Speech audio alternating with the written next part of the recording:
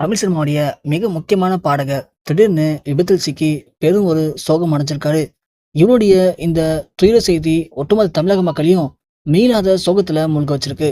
தமிழ் சினிமாவில் ஏகப்பட்ட பாடகர்கள் இருந்தாலும் ஒவ்வொரு பாடகரும் மக்கள் மத்தியில தங்களுக்குன்னு ஒரு தனி இடத்தை பிடிச்சிருக்காங்க. அந்த வகையில பாடகர் ஸ்ரீனிவாஸ் தமிழக மக்கள் மத்தியில தனக்கென ஒரு அழிக்க முடியாத ஒரு இடத்தை பிடிச்சிருக்காரு. அதற்கு முக்கியமான காரணம் அவருடைய பாடல்கள் தான். அவரு தமிழ் சினிமால ஆரம்பத்துல பாடின உயிரே படத்துல எண்ணுயிரே பாடல் மக்கள் மத்தியில அழிக்க முடியாத இடத்த அவருக்குன்னு உண்டாக்கி கொடுத்துச்சு. இந்த ஒரே பாட்டு மூலயமா தமிழ் சினிமாவில் அழிக்க முடியாத ஒரு பாடகரா உருவெடுத்தாரு. அதன் பிறகு தமிழ் சினிமால இதுவரைக்கும் 10,000க்கும் மேற்பட்ட பாடல்களை பாடியிருக்காரு. தமிழ்ல கிடைச்ச இந்த அவருடைய வரவேற்பு தமிழ் மட்டும் இல்லாம தெலுங்கு, மலையாளம், ஹிந்தி, உருது, வங்காளம், பஞ்சாபின்னு சொல்லி பிற மொழியிலும் 5,000க்கும் மேற்பட்ட பாடல்களை பாடியிருக்காரு ஸ்ரீனிவாஸ்.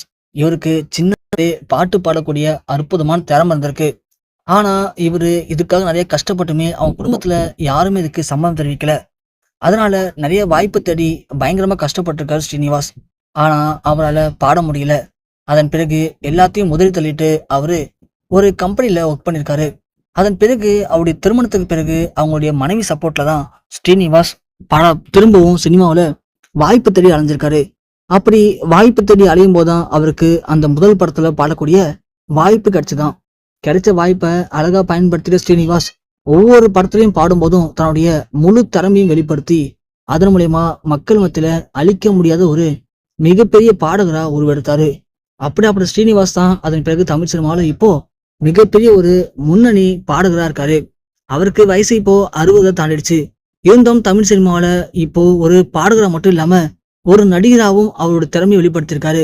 அதோட இப்போ நிறைய நிகழ்ச்சிகளை தொகுத்து வழங்கக்கூடிய தொகுப்பாளரும் இருந்திருக்காரு. இப்போ சில நிகழ்ச்சிகளுடைய நடுவராகவும் பணியாற்றிட்டு இருக்காரு. குறிப்பா சொல்லணும்னா இப்போதைக்கு சீ தமிழ்ல ஒளிபரப்பாகி மிகவும் பிரபலமான ஷோவான சரிகமப்பா லிட்டில் சாம்ப் அந்த ஷோல இப்போ நடுவரா ஸ்ரீனிவாஸ் பங்கேற்றுட்டு இருக்காரு. அந்த ஷோல நிறைய மிக முக்கியமான சின்ன சின்ன பசங்க பாட்டு பாடுறாங்க. அவங்களுடைய திறமைகளை ப்ரூவ் பண்றதுக்கு அவங்களுக்கு இது ஒரு அரிய வாய்ப்பா அமைஞ்சிருக்கு. அப்படி நல்லா பாடக்கூடிய பசங்களை பயங்கரமா என்கரேஜ் பண்ணி அவங்களுடைய எதிர்காலத்துக்கு மிக முக்கியமான அடிக்கல்லா இப்போ ஸ்ரீனிவாஸ் அவங்களுக்கு உதவியும் பண்ணிட்டு இருக்காரு.